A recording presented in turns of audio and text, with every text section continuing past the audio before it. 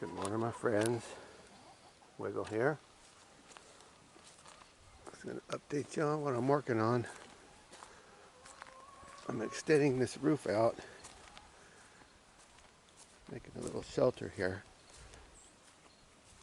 So it's a twofold reason behind it.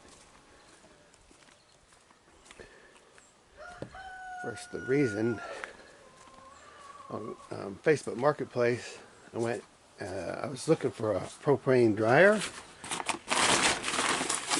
and I found this thing. It's a Speed Queen commercial propane dryer. It's free to pick up, and it works. So we are going off grid here, and I would like to have a dryer. Our electric dryer is broken, quit working.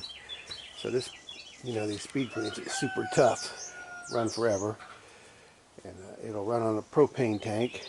So I'm hoping for the community size type thing. We do dry all of our clothes on a line, or we put them in front of a wood stove on a little rack. But sometimes it's, when you get backed up on laundry or whatever, it's nice to have a dryer. So it's not a main thing, but when it can save us time, we'll definitely use it. It's going to be off grid in that as much propane as we have, and then also it has a 10.5 amp motor at 120 volts. So that's 1,250 watts. So that's less than a space heater as far as wattage. And if you do a 2,000 watt inverter, pure sine inverter with 4,000 peak, it will work. It's got to be one that can handle that little peak when the motor kicks on. So I'm gonna get a 2,000 watt inverter, 24 volt to 2,000 watt inverter, and I'm gonna try to run that. Again, this is not the main thing that I wanted to achieve, but it's something I'm going to have, so we're going to do that, and we're going to have it outside under this shelter I'm building.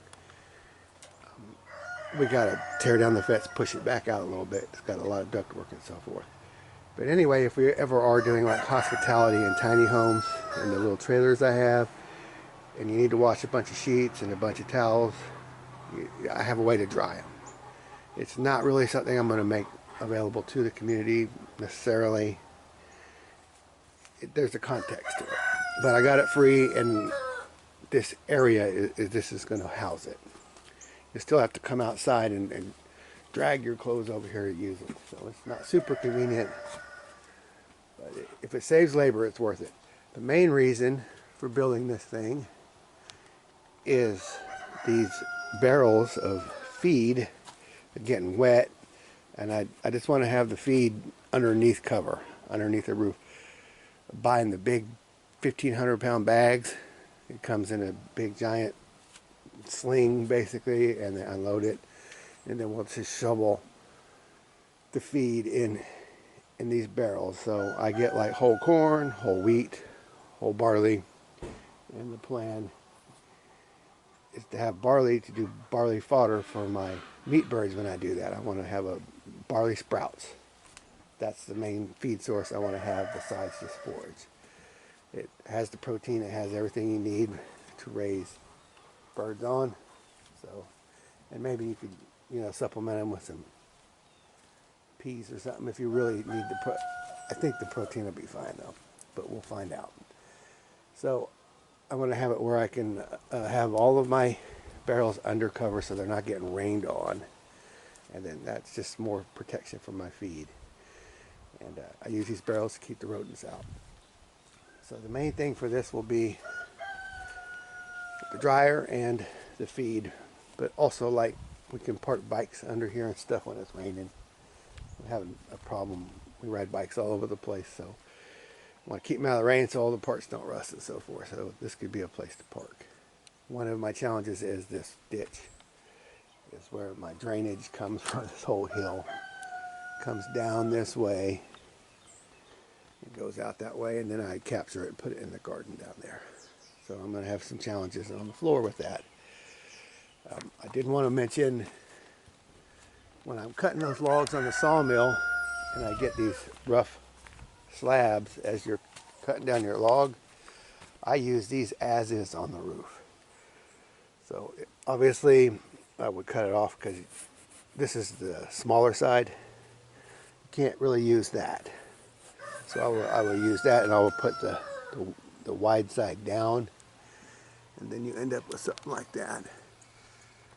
And I kind of just try to get one good end to the left, one good end to the right, and just kind of go stagger back and forth like that. And I may go in and fill a few holes, but that's a lot of structure for just a little roof. It's really going to be fine. So I use that to really tie everything in. And I try to use as long of pieces as possible, obviously. That's a 14-foot span, so not all of my slabs are that long.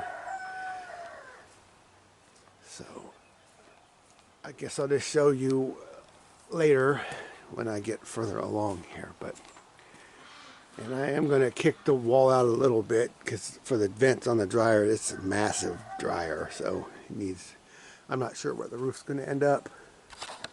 So we're going to move this wall out and see what we got to do to make everything work. And I am going to close in the gable here and some of the ends to get a little cover, a little protection, a little cover for what's under here. And yeah, I'll probably have a gate here, so the barrels, the ugly barrels, will be behind the little gate. So I can open it, shovel it in, and then shut the gate back.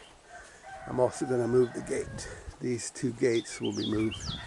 Put one on this post here, and I'm not sure what all this wall is going to look like.